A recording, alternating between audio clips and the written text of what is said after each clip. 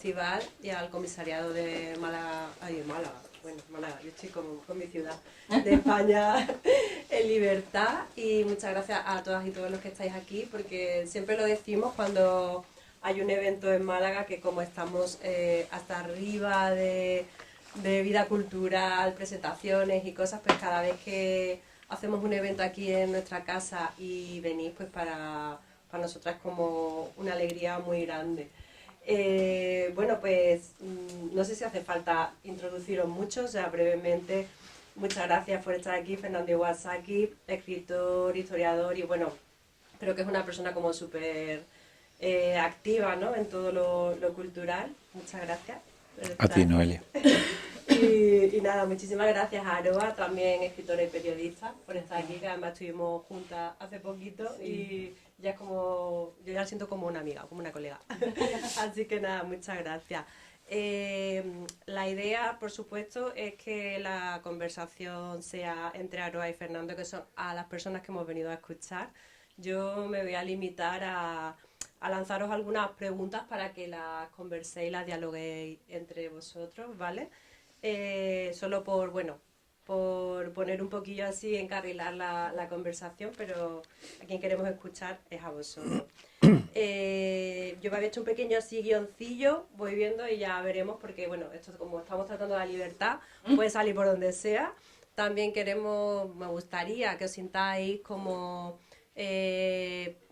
totalmente invitados a hacer cualquier pregunta, no hace falta esperar a turnos de palabras ni nada, ni silencios incómodos.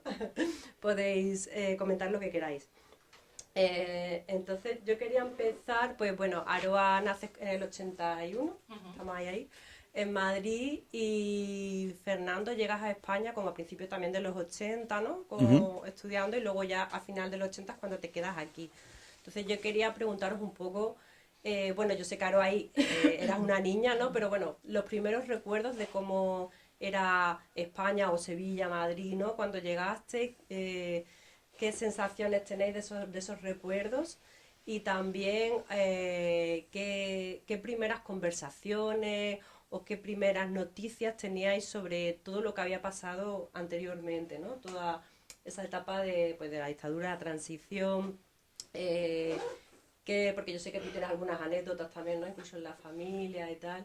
Y tú llegaste a una Sevilla que estaba ahí, bueno, pues yo que sé, una Sevilla también como con toda esa contracultura, ¿no? Además de Mansilla, venía, ¿no?, de tanta cosa musical, no sé, la envidio un poco, aunque igual la romantizo también, pero me gustaría un poco ver qué recuerdos tenéis, ¿no? De si se hablaba, no se hablaba, qué escuchabais. Hola, buenos días a todas y a todos, y gracias por acompañarnos. Muchas gracias a la librería Rayuela. Es un placer estar aquí otra vez en Málaga. Y bueno, o sea, a ver, yo nací en el 81, que es el año del golpe de Estado, y esto sí es algo que mi madre me contó enseguida, ¿no? Que estaba embarazada de mí cuando el golpe de Estado. Fue el año también del aceite de colza, ¿no?, que envenenó a mucha gente.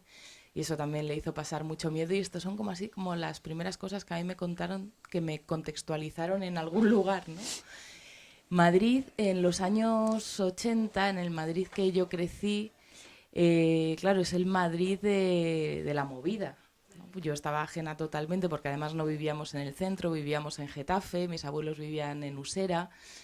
Entonces, cuando íbamos al centro, sí recuerdo un poco como, no sé, una sensación de una ciudad que se iba iluminando, ¿no? Como poco a poco, donde empezaban a pasar muchas cosas, también con el miedo, ¿no? De Madrid sufrió mucho con las drogas y todo esto, y sí lo recuerdo como una amenaza probablemente amplificada por mi familia, ¿no? De no toques, no cojas, no sé qué, pero es que sí se veían cosas por las calles, ¿no? Sí había gente metida en eso, y sí había jeringuillas, y había todas esas cosas también.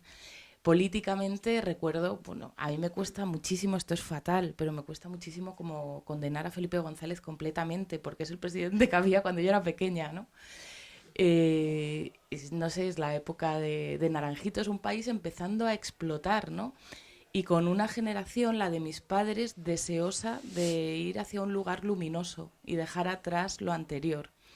esto sumado a la transición que se hizo aquí, que por primera vez el otro día escuchamos a Felipe VI decir que fue imperfecta, pues claro, hizo que atrás quedara un silencio y todavía más oscuridad de la que ya hubo. En mi familia, o sea, yo tenía un abuelo, mi abuelo paterno, tenía 2 abuelos, pero mi abuelo paterno con 14 años, como era una familia de muchos hijos, vivían en unas casas que ya por supuesto no existen, como una especie de chabolas, en el Paseo de Moret, en Moncloa, y pasó un carromato por allí y se subió y se fue a la guerra con 14 años, pero yo siempre digo que su politización fue el hambre que tenía, ¿no? Y entonces, bueno, le pasaron una serie de cosas y estoy tirando un poco del hilo porque el relato familiar no se ajusta a lo que yo me estoy encontrando, entonces no sé dónde vamos a acabar. Pero bueno, esa participación de él, que pasó por la cárcel, pasó por Cuelgamuros, fue carpintero allí, ¿no? Como preso, a mí sí me marca de alguna manera, ¿no? Y sí le pregunté muchas veces. El otro día lo escribí en un artículo que me pidieron. Él tenía un agujero aquí en la frente, limpio, pequeñito. Yo siempre se lo tocaba cuando era niña y le preguntaba, ¿dónde te has hecho eso? ¿Cómo te has hecho eso? ¿No? Y él me decía, no, esto es una flecha que me lanzaron los Sius cuando fui para allá. O sea, y entonces el silencio pues sigue creciendo. Otra, no sé, sobre todo al escribir este libro de Mañana matarán a Daniel, me he encontrado como muchas conexiones entre la vida privada y familiar y el contexto histórico, pero yo creo que si buscamos, todos las tenemos, ¿no? Entonces, escribiendo me acordé también que el primer muerto que vio mi padre en su vida fue Franco, porque estaba haciendo la mili y lo llamaron. En casa decimos que porque era alto y rubio y quedaba muy ario en la foto. Y entonces le tocó estar ahí en el Palacio de Oriente, pues no sé si fueron 3 días, ¿no? Haciendo turnos y velando el cadáver del dictador. Voy a contar 2 cosas más que me han pasado escribiendo esto porque son como conexiones así, son como fogonazos, ¿no? O sea, a mí nadie me ha explicado la guerra y la dictadura en el colegio ni en casa. Entonces de pronto empieza a iluminarse cosas y dices, bueno, es que estábamos ahí, ¿no? Entonces, cuando yo empecé a escribir este libro que habla de los últimos fusilados de la dictadura, que fueron en Hoyo de Manzanares, que es justamente donde yo vivo y no sabía nada, empiezo a investigar, ¿no? Y me encuentro que el único testigo no militar de aquellos fusilamientos había sido 20 años después mi profesor de religión en el instituto, ¿no? Entonces la historia siempre va como, no sé, yo la veo como en claroscuros todo el rato. O por ejemplo, también me acordé que un día ese profesor, estando en clase, que era profesor de religión, porque él fue el único testigo no militar de aquello, porque era un cura y lo habían llamado para darles la extrema unción. Y un día este hombre estábamos en clase y empezó a pasar lista. Entonces nos iba diciendo el nombre y apellidos y a cada uno le hacía una coña sobre su apellido, de ¿tú eres familia de no sé quién? No, ajá. Y entonces cuando llegó a una compañera le dijo, Hernández Tejero, ¿eres familia del golpista? Y ella dijo, sí, es mi abuelo. Y lloró, sí.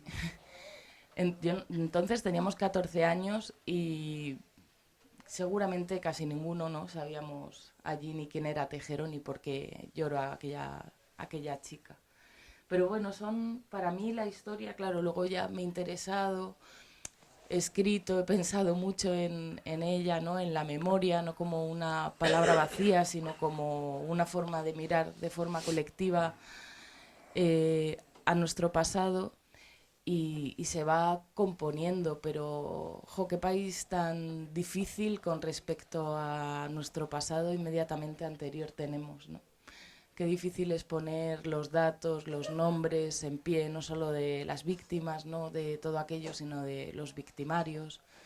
Y bueno, poco a poco, pero debería ser sin pausa ya, ¿no? Que han pasado 50 años.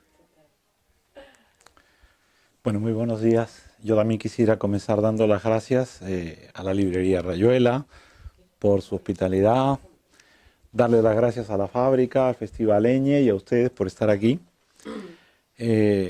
Yo tenía 14 años también, cuando entró el cura director del colegio en Lima, y dijo, todos a la casa, estamos de duelo. Todos los niños nos miramos, ¿qué ha pasado? Y por ahí alguien cuchicheó, es que ha muerto alguien en España. Y entonces, ha muerto el presidente de España, y nos fuimos a la casa. El presidente de España, a nosotros nos daba igual quién era, había muerto. Entonces, con esto les introduzco a una manera de haber vivido esos años de una forma muy singular. Yo estudié en un colegio masculino de curas, era un colegio marista, y había dos tipos de curas.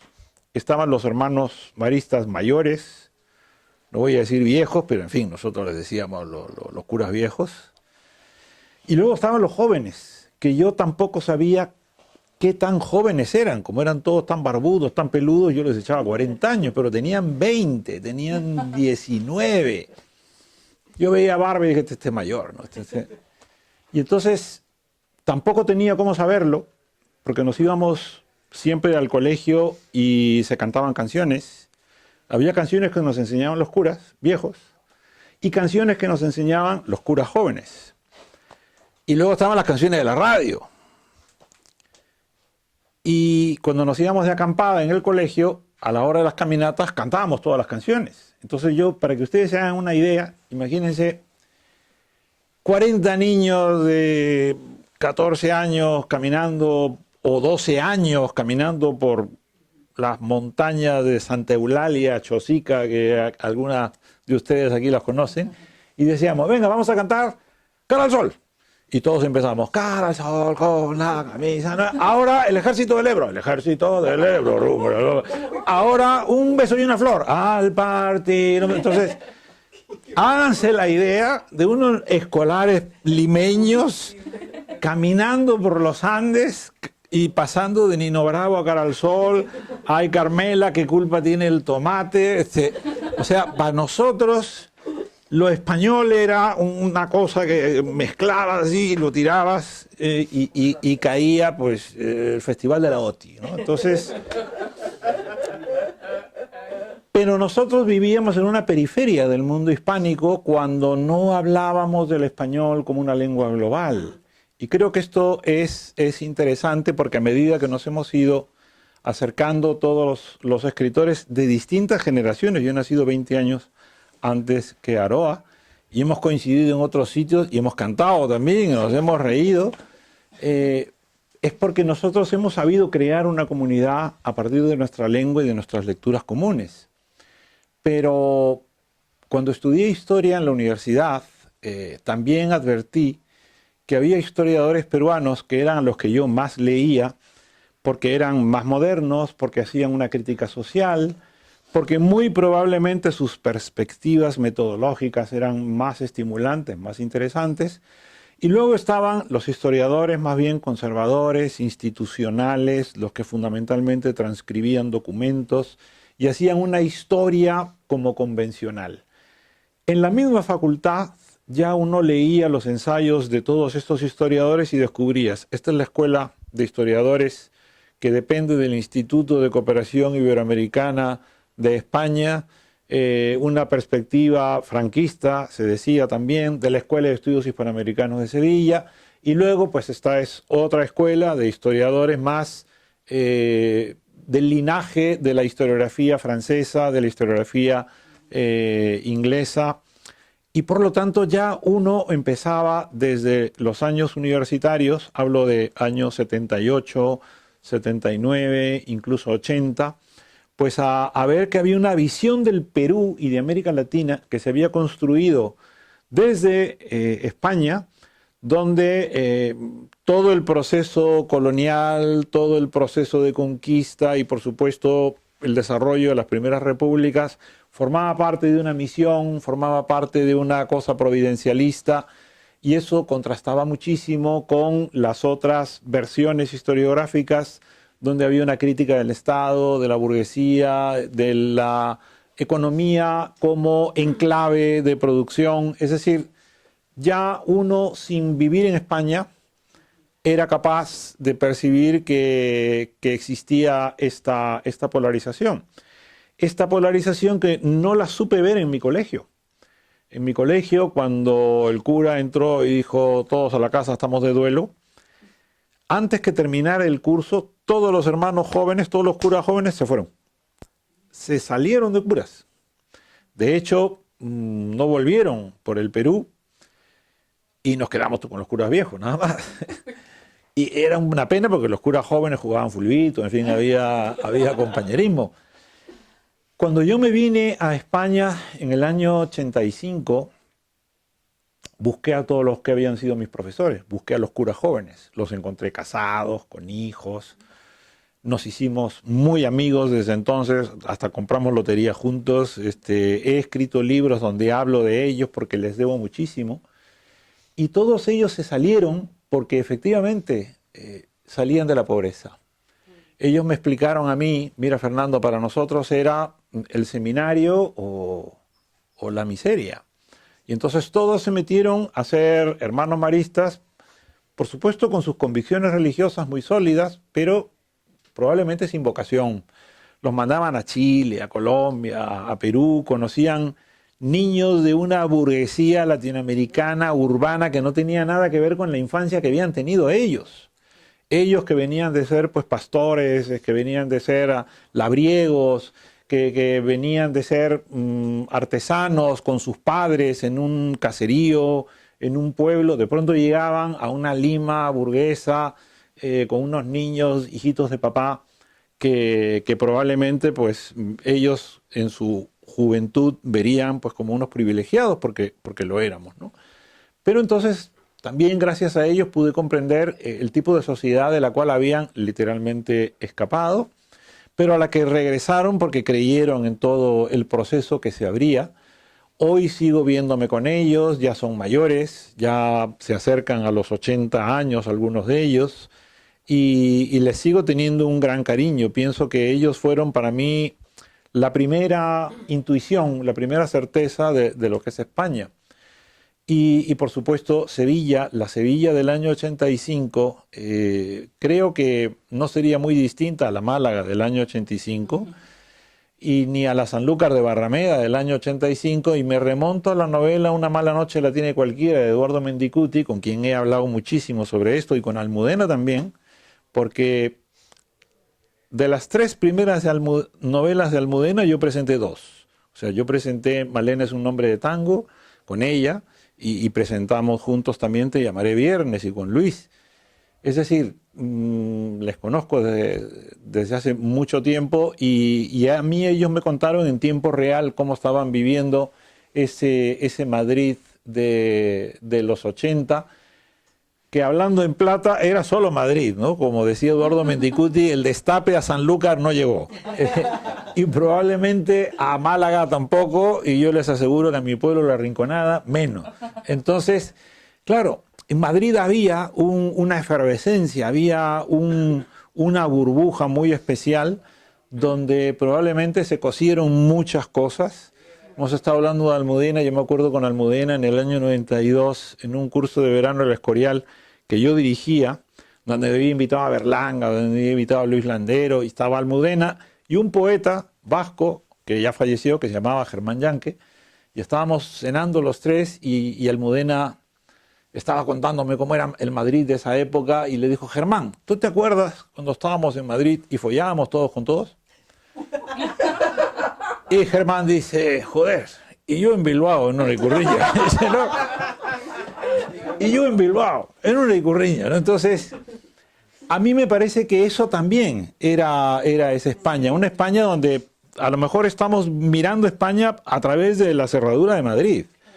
Pero yo les aseguro que en Badajoz estábamos igual que como estábamos Y creo que esto es importante porque a veces en ese cambio de ritmos y velocidades, pues nos hacemos una idea quizá distorsionada, y yo en este caso aporto la mirada del que viene de fuera y Aroa la mirada de alguien que a su vez llegó después también, ¿no? Y termino, porque creo que es importante que sigamos conversando. Yo no sería quien soy, y cuando digo quien soy me refiero al lector que soy, si no fuera porque Abelardo Linares, un poeta, librero de viejo y editor sevillano, se dio cuenta que, como muchísimos latinoamericanos, yo no había leído autores españoles. Pero no que no había leído autores españoles contemporáneos, es que yo no había leído Ascender, es que yo no había leído a Benjamín Jarnés, es que yo no había leído a Delibes. Entonces, los fui leyendo gracias a los consejos de Abelardo, a la vez que iba leyendo a Muñoz Molina, a la vez que iba leyendo a Almudena, a la vez que iba leyendo a los contemporáneos. Yo soy un año menor que Felipe Benítez Reyes, que nace en el mismo año que Almudena. Soy, en cambio, un año mayor que Javier Cercas, que nace en el 62. Son mis contemporáneos, son mis amigos. Y muchas veces hemos hablado de cómo vivieron ellos esos años en los que éramos exactamente contemporáneos, pero en países distintos, pero que ahora que nos reconocemos como parte de una comunidad, ahora que yo sé que Soldados de Salamina me concierne, ahora que yo sé que El novio del mundo me concierne, ahora que yo sé que la obra de Almudena Grandes me concierne, pues entonces puedo sentir que tengo la posibilidad de conversar con Aroa y contigo, Noelia, y con ustedes sobre todo este proceso que nos concierne a los latinoamericanos también. Bueno, me desmontas un poco una cosa que quería preguntar, pero tienes toda la razón con el tema Madrid, que yo creo que, bueno, en Andalucía nos seguimos quejando un poco a veces de eso, ¿no? Yo no, Nos destapamos poco, ¿ah? Poco nos destapamos aquí. Pero quería preguntaros un poco también, ya que hemos mencionado un poco la movida, ¿no? Y esa efervescencia literaria, ¿qué hitos pensáis que hay como muy claros para vosotros desde aquella época hasta ahora que hayan marcado el camino de la cultura, ¿no? Hasta a día de hoy? Así cosas que tú digas, hombre, es verdad que la movida fue como algo muy sonado, ¿no? Pero a lo mejor dices, pues mira, yo creo que el destape que fuera así o así, pero bueno, oye, dio la vuelta a algo, no lo sé. ¿Qué hitos pensáis vosotros que puede haber, o qué momentos, o qué movimientos, o así? Me vale cualquier ámbito, ¿vale? O sea, literario, cine, música, no sé. Es que está todo mezclado. Vale. Y a mí me parece que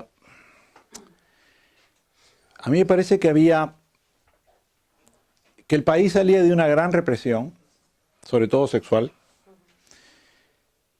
y para uno que venía de fuera, que venía reprimido pero de otra manera, era como demasiado, absolutamente abrumador el decir nos hemos liberado. Entonces, hoy en día que estamos en pleno proceso de cancelación de muchas cosas, yo recuerdo, por ejemplo, si está aquí la novela de Almodóvar, Pati Difusa, van a leer una violación que no tiene nada que envidiarle a todo lo que hemos descubierto con el tema de la manada. Con la diferencia de que la narradora de Pati Difusa nos cuenta que está disfrutando. Felizmente Marta Sanz ha escrito un libro donde dice, cuando decíamos estas cosas no era que estuviéramos celebrando, pero es que salíamos de... Y esto es interesante, porque yo he escuchado ideas de cancelación, por ejemplo, de canciones de Radio Futura, ¿no? En un corazón de tiza en la pared, te voy a dar una paliza, uy, vamos a cancelar. Pero cuando cantaban Radio Futura esto, la gente estaba con los mecheros y estaba. Aute, cenando una noche conmigo y con Marlen, nos decía, yo ya no puedo cantar una de dos. O, ¿no? Ustedes saben mejor que yo la letra. O me llevo esa mujer o te la cambio por dos de 15, sí puede ser. Me decía, ya no la puedo cantar, y yo hablo con las concejalas y le digo, pero si tú estabas en el concierto con el mechero, y yo, no, Luis Eduardo, ya no puedes cantar esto. Entonces, pienso que en toda esa época de tantas marchas y contramarchas, el impulso fue brutal, la gente salió en estampida. Y luego viene la reflexión. Pero todo estaba impregnado de ese deseo de salir en estampida. Y probablemente, si no pensamos en la estampida, a lo mejor, como dice Aroa, es que yo recuerdo la gente de esa época o los políticos por los que votaban mis padres. Hoy los estamos criticando como creo que criticamos también a Radio Futura o como creo que criticamos las canciones de Luis Eduardo Aute, que no tenía ningún deseo de ser pederasta. O sea, tengo que decirlo porque si no no quiero que alguien se confunda. Marta Sanz lo dice muy claramente, Pedro Almodóvar jamás quiso hacer una defensa de la violación múltiple, pero es que hoy en día, bueno, Luis Antonio de Villena tiene un libro donde dice que el pedófilo es un querubín.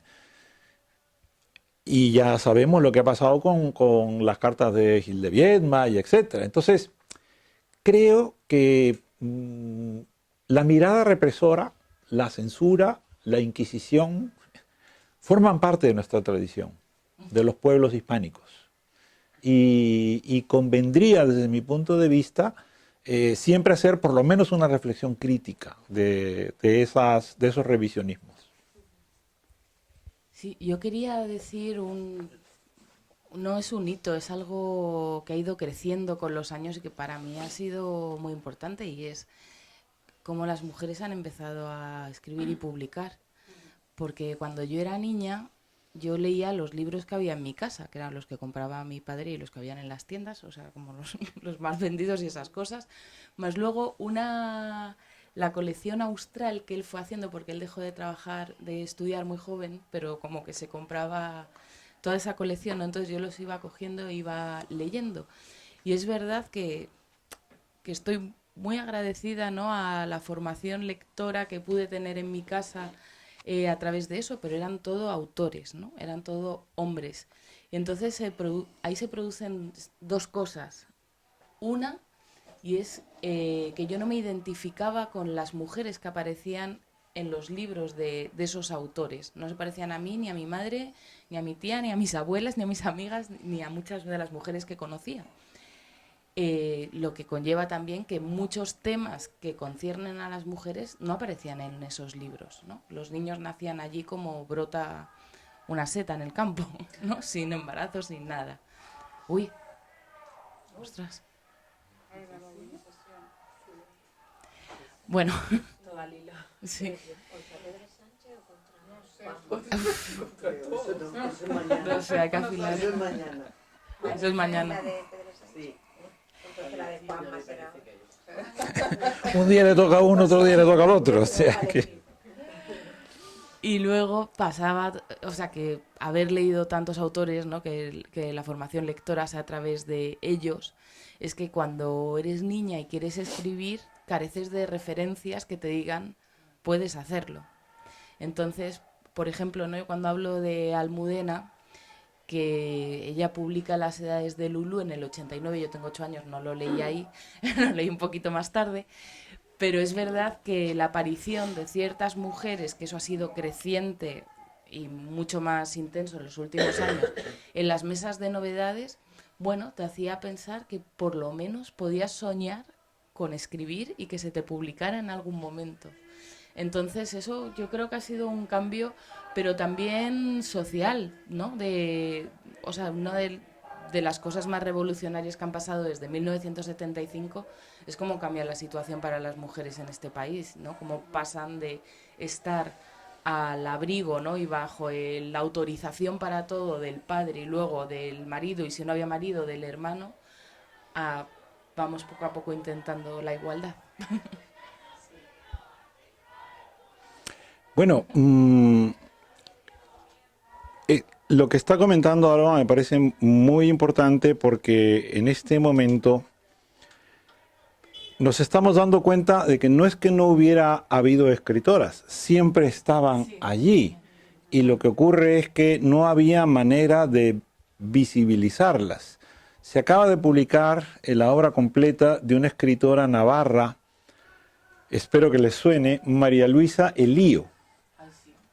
María Luisa Elío fue la persona a quien García Márquez le dedicó 100 años de soledad.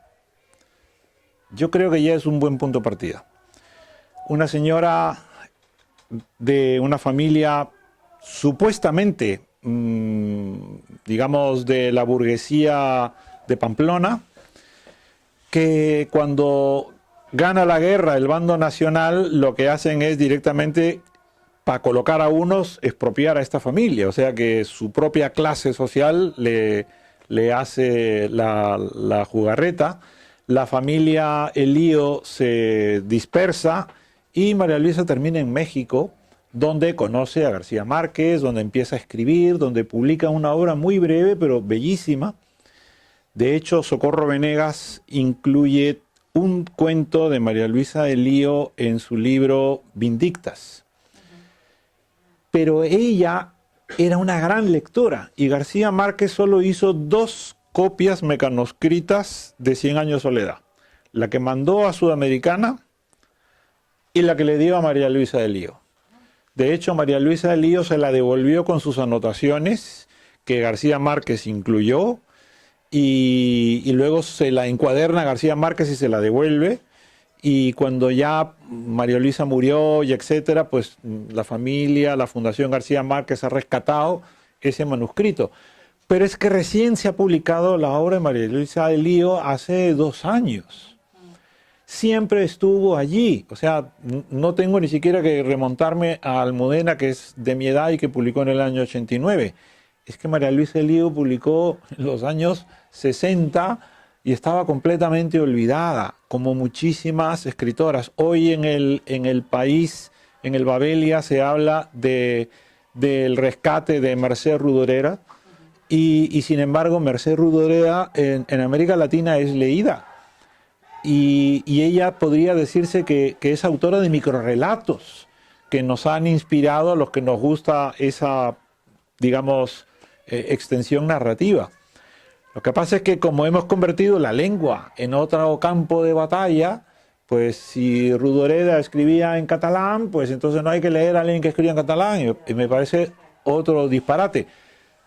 Perdonen que yo me exprese así, pero mi función debería ser la del marciano, que llega de otro planeta y encima con apellido japonés, y puedo decir desde este punto de vista que las lenguas no son nuestras enemigas. En la universidad, cuando tengo un estudiante de lengua romance, portugués, italiano, catalán, francés, y como mi asignatura es retórica y hay que exponer, yo le digo, expon en tu lengua, y nosotros estamos obligados a entendernos, como se entendían Sancho y el Quijote cuando iban a Barcelona, ¿no? Y se entendían, porque Cervantes no dice que se pegaban, sino que se entendían. O como la gente de Olivenza, que son extremeños, pero se enamoran de las portuguesas y viceversa, y ligan entre ellos. O sea, nunca ha sido un problema una lengua, ¿no? Bueno, pues Mercè Rodoreda ha sido víctima de esta especie de apartheid lingüístico, y creo que los prejuicios han podido muchas veces con esta mirada más panorámica sobre la literatura, donde efectivamente había muchísimas escritoras que ahora estamos rescatando. Sí, o sea, quería contarte que fue Socorro Venegas, precisamente, me mandó Tiempo de llorar para publicarlo en esa colección y yo le hice el prólogo. Yo no tenía ni idea de quién era, ni de su existencia, ni nada, ¿no? Y es un libro modernísimo, fragmentario, precioso, de su regreso, ¿no? Con su hijo Diego a Pamplona, ¿no? Y pasan por la casa familiar y es un, no sé, y me parece que llevaba después el guión del Balcón vacío, sí, ¿no? De una película. Un guión de cine, es increíble. Un guión de cine, una mujer súper interesante. Y quería preguntarte, con permiso, si todavía te sientes marciano, porque... Mira, cuando te apellidas Iwasaki nunca dejas de ser un marciano. Yo ya para no dar tantas explicaciones, me dice, ¿y usted de dónde es? Entonces yo digo el nombre de mi pueblo, ¿no? Yo de La Rinconada. Ah, es que en los pueblos tienen unos apellidos rarísimos, entonces ya queda explicado. Como yo explique que mi abuelo era japonés, entonces no. Pero lo del marciano tiene su punto especial también, y es, no puedo negar que soy un latinoamericano, entonces tengo una mirada estrábica. Yo puedo mirar España como un latinoamericano, pero puedo mirar América Latina con los ojos de un ciudadano español. 40 años de vivir aquí, Hacienda me ha puesto un azulejo en la dependencia. Ya no, yo me siento completamente aceptado por Hacienda. Pues nada, nunca me ha discriminado. Nunca me, Bueno, antes que has mencionado además un poco el tema de eso, de la censura, ¿no? Y de la cancelación y tal. Yo tenía por ahí, de estos días que he estado viendo cosas así un poco para ir cogiendo ideas, vi también cuando saliste en defensa de Cometierra, ¿no? Con todo este tema que cuando empezaron, ¿no? Como a censurar ciertos libros y tal, y que luego también aquí no hace nada, también habían prohibido pues la representación de Orlando, ¿no? Y de algunas obras que tú dices, bueno, a día de hoy, de hecho me apunté por aquí que no lo sabía, que en 2023 salió una plataforma que se llamaba Artes Libres, o sea que a 2023 se tenga que crear algo así, ¿no? Es todavía para, ahora que estamos hablando de celebrar la libertad, me parecía como muy significativo, ¿no? Y lo enlazaba porque os quería preguntar también si en vuestro trabajo alguna vez habéis sentido algún tipo de censura o a lo mejor, no, a lo mejor en tu última novela sobre todo, a lo mejor esos silencios y cómo imaginaríais si podríais trabajar y hacer lo que hacéis en la época de la dictadura. Bueno, yo con esta novela sí he pensado mucho. Bueno, mi madre me dice dos cosas. Una, tú naciste 20 años tarde, ¿no? Pues yo soy de tu generación absolutamente. Totalmente. Esto, como viste, por mi repertorio musical. Y luego me dice siempre, ay hija, si hubiera una dictadura ibas a ir de las primeras por lo que escribes. Esto me dice. Y entonces escribiendo este libro, ¿no? con las hermanas de los hombres que fusilaron, con dos de ellos con las que he podido hablar, cuando ellas leyeron el libro, que yo tenía mucho susto durante todo el verano, desde que lo entregué hasta que se publicó, porque uno escribe sin pensar en los lectores, pero cuando uno está agarrado a la historia real de alguien, ¿no? Al dolor de alguien, sí piensas en ellos. Yo sí pensé, ¿no? Y dije, ¿con qué derecho voy a hacer pasar a estas mujeres por episodios como torturas que les hicieron, ¿no? Cuando ellas ni siquiera los vieron, lo pueden imaginar, pero que te lo escriban es otra cosa, o por el momento de los fusilamientos, ¿no? Que también será algo en el imaginario familiar que no tiene palabras y yo se las voy a poner. Entonces tenía mucho miedo con la lectura de ellas. Y cuando lo leyeron y finalmente me dieron recibí el feedback de las familias, ¿no? Las dos me dijeron gracias, ¿no?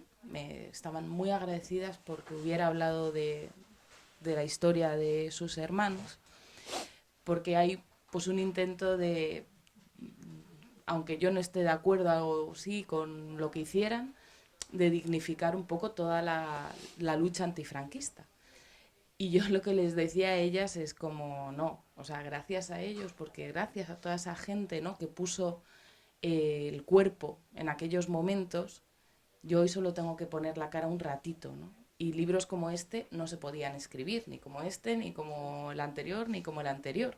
O sea, y no es que yo haga nada especialmente transgresor, ni nada, ni mucho menos, pero no se podían escribir, ¿no? Y eso es un alivio. Y quiero contar una cosa que me ha pasado el otro día que no tiene que ver con escribir, sino con leer.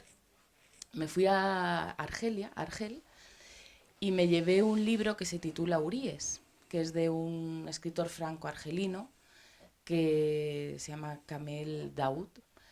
Es un libro que cuenta la historia de una mujer a la que intentaron degollar en la guerra civil argelina. No la matan, pero se queda muda, ¿no? Entonces él va contando como un monólogo interior de esa mujer a una hija que está esperando, ¿no? Y no sabe si debe dejar vivir a esa niña en un país donde las mujeres no tienen derechos.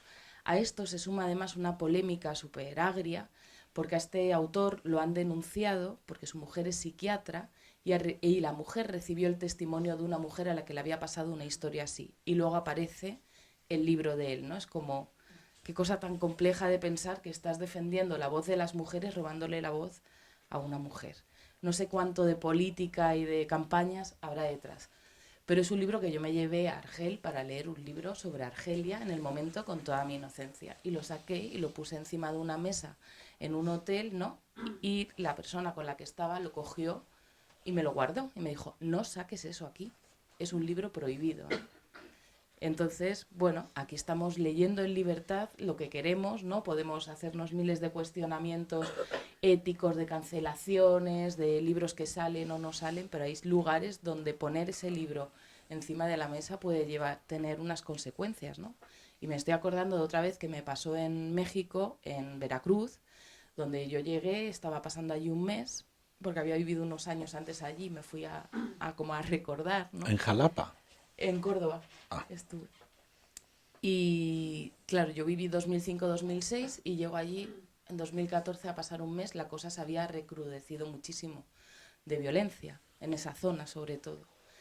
Y entonces, con unos amigos, ¿no? Hice lo mismo, ¿no? Saqué un libro, mira lo que me he comprado, Historia de los Zetas.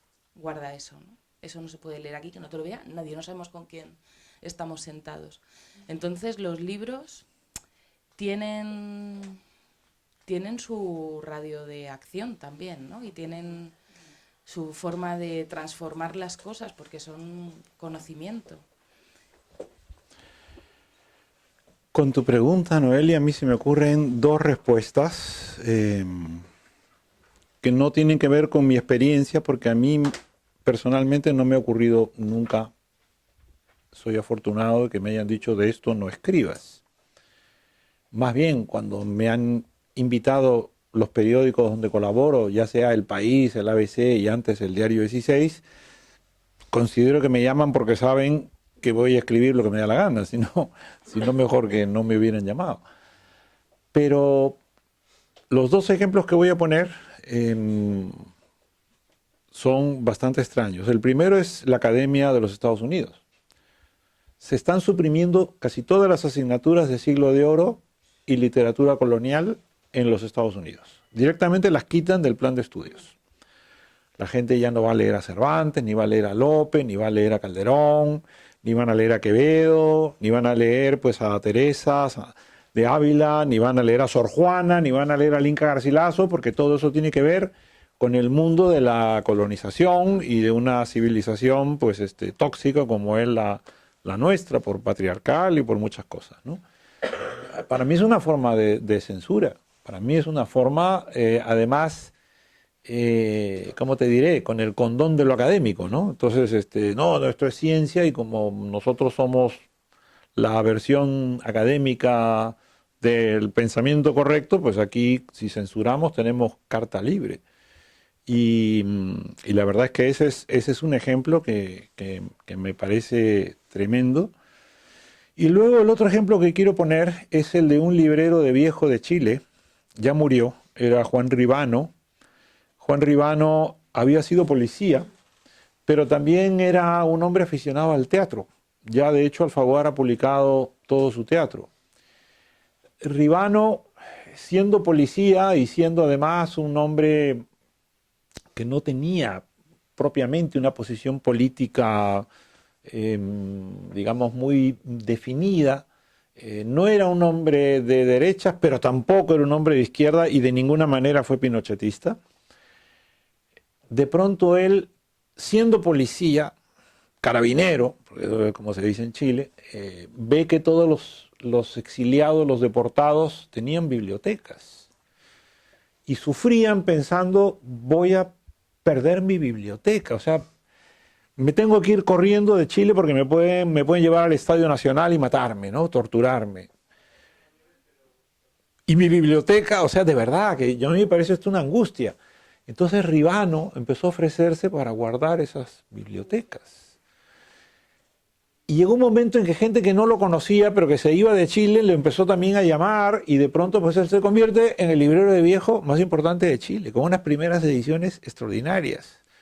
Que yo lo conocí precisamente por Abelardo Linares, que me dice, en Chile está este librero. Yo he comprado en Ribano pues, libros espléndidos.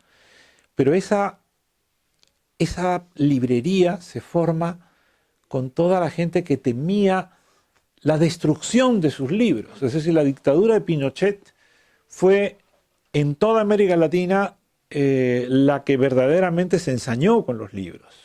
Eso no pasaba en la Argentina. En la Argentina esos militares eran incultos, quemaban todo, o sea, aunque fuera lo que sea. Pero es que en Chile buscaban los autores, tenían las listas, ¿no? Si este lee a Paulo Freire, a ver si este lee a Marta Harnecker, a ver si este lee...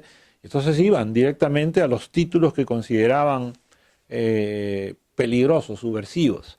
Y Ribano se convierte en el gran librero de viejo y él tenía una propiedad, un apartamento donde guardaba sobre todo los libros y no los vendía, y yo no sé qué habrán hecho sus hijos, los libros de los intelectuales más comprometidos y que tenían los nombres y las dedicatorias y él no quería venderlos, porque decía, estos son libros que han sido subrayados, han sido, o sea, de un hombre que venía de ser un carabinero, y siento que es una historia muy, muy conmovedora la de Ribano, ¿no? Alguien que salva los libros de la destrucción. Mira, tú sigue hablando. Voy a intentar buscar porque tengo una foto, lo que dijo la censura en España de Nada de Carmen Laforet. Ah, sí. Afortunadamente eran unos ignorantes. Sí, y afortunadamente con vocación de archiveros, porque tienen todo guardado. A ver si me sale por ahí.